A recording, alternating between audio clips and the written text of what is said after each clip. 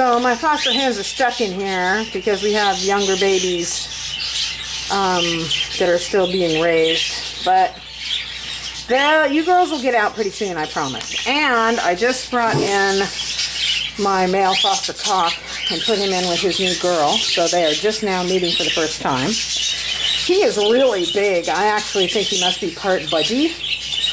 I noticed how, I've always known that he was the biggest one I had, but look at him compared to her. He has no feather to speak of, but it's just the size of him tells me he might be part show budgie. Because look at all these little girls. They're all tiny, and he's just huge. So, and here is Congo, seeming to do a fine job with his little guy down here. They're in here for, I was thinking they were close to done. I was like, oh, they only have like 6 days to go. And then I looked at them like, this baby's only 4 weeks old. We got a long ways to go. So we're probably looking at another 8 to 10 days. But they seem to be doing fine, the 2 bachelors in here. So, and in the meantime, his other babies are over here. There's his little girl who's up high for the first time. And his youngest baby is down here. You can still tell who she is because she still has the shortest tail, although it's getting longer. Oh no, that's not her. That's her. Right over there, up on a perch. So they're doing well. And the foster dads are hanging out, just waiting for it all to be over. This, I sold one of the baby cockatiels. Well, I didn't sell it. I traded her for this pearl hen. Who is going to be G-Wiz's female. I needed to get a hen that wasn't related, obviously. So I just put him in here today. She likes him. He's like, I don't know. Probably want to go back in the big flight. Wiz, come on, man. She's beautiful. Her name's Dottie. She's a pearl. Hi, Wiz. What you doing? He says, I want to go back in the flight. Oh, relax. You could get to go know your girl for a while, and then I'll put them both out there. Her wings are clipped, but I can see that she is growing in the tips of flight feathers. Oh, she just bent over there. The tips of flight feathers up there. So she actually will have some flight feathers here pretty soon. And, of course, I have a walk-up out in the flight cage for any birds that end up featherless. Yeah, those tips are growing out pretty quick. So hopefully she will grow some flight feathers pretty soon. And they're not going to be, I'm not going to set them up for a few months. So they'll be fine. I added garden finch mix to my seed mix, and it's turning my rosy borks rosier. They are turning more red. They were already rather unnaturally red, but look at that. She's like a Rubino. And this one, you can't see it on my little Latino because she's facing in the wrong direction, but the lower part of her breast, down the lower part of her abdomen is brighter red than the rest of her now. So something in the seed mix is coloring them up. So on my next set of breeding pairs, which will get set up in about 3 weeks, there's Osmosis and Unakite. They'll be going up again. They failed last time, but they'll make it this time. I have sorted them so far as this cage has bonded pairs and pairs that I know I want to put together. They may not know it yet, but I know it. I couldn't stand it with Lake. I'm going to try her again with my pied guy down there. He's older than she is and a little tougher. Maybe she'll take him this time. We'll see. I'm not selling off the little teeny little green one yet.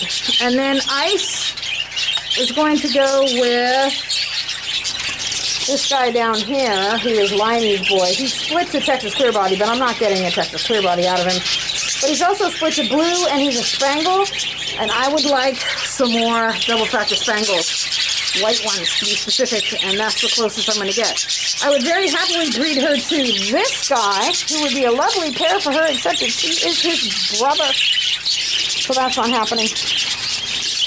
So, my little golden face down here, I'm waiting for the camera to focus, and it's not focusing. Come on, camera. No? I don't know why the camera isn't focusing. Huh. My little golden face is going to go with this pretty little cobalt hen here who has all the fluff. There's Indus back in here. He'll be going back with Luna. And this guy right here will be going for his first time with this beautiful little opaline spangled girl right here. Mist is going to be trying again with Dolerite. So these guys, Steel is going to try again with Hyacinth. They do have one live chick over there. It's one of the blue spangles, but I'd like to get more than one. So these guys are all figured. That's Lemony. Oh yeah, I already said Lemony is going with this blue guy right here. Again, he's a spangle opaline, and I am hoping for some double factor spangles. And Lemony is not split to white, so they will all be yellow, but at least they'll be split to white. So, and this is Baby and Ocean's boy, and he's a nice looking. He's got great size. He has a nice long feather, and when he's not holding his head down flat, he has a nice little boy going. So these guys are all pretty much settled. There are 11 pairs in there that are definitely going to get bred. Well, set up to be bred. However, scoot over, bud. Then I have these birds, and there is about 30 of them, from which I have to pick 9 more pairs. Some of them are no-brainers, just because they're genetically valuable to me, or they're just high-value birds. This little gray hen here is definitely going to get bred. Those 2 greens right there. Oh, he just turned his back to me, so I couldn't see him. But those 2 green guys right there are going to get bred. Probably Smoke just because he's genetically distinct, and I want to make sure I'm not inbreeding, so I need some of his babies. This little girl is going to get bred. I don't know to who yet. I have 2 green, normal green females in here, and both of them are going to get bred. They are not related, but they're both high-value hens.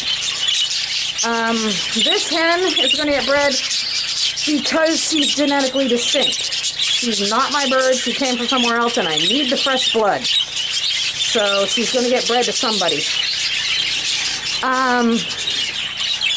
This girl will probably get bred. This is my mauve hen. She's Henry's sister, and she's actually Lake's sister.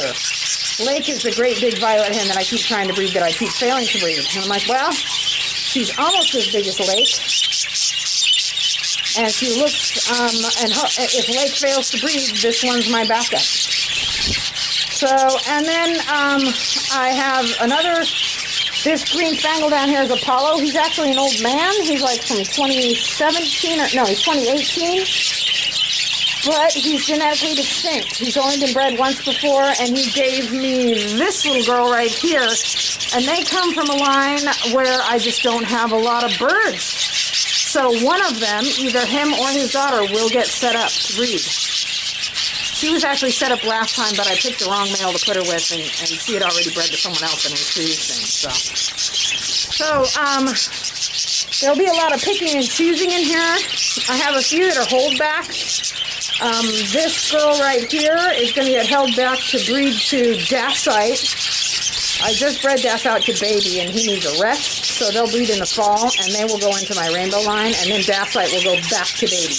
That's a one-and-done breeding. Who else? Hold back.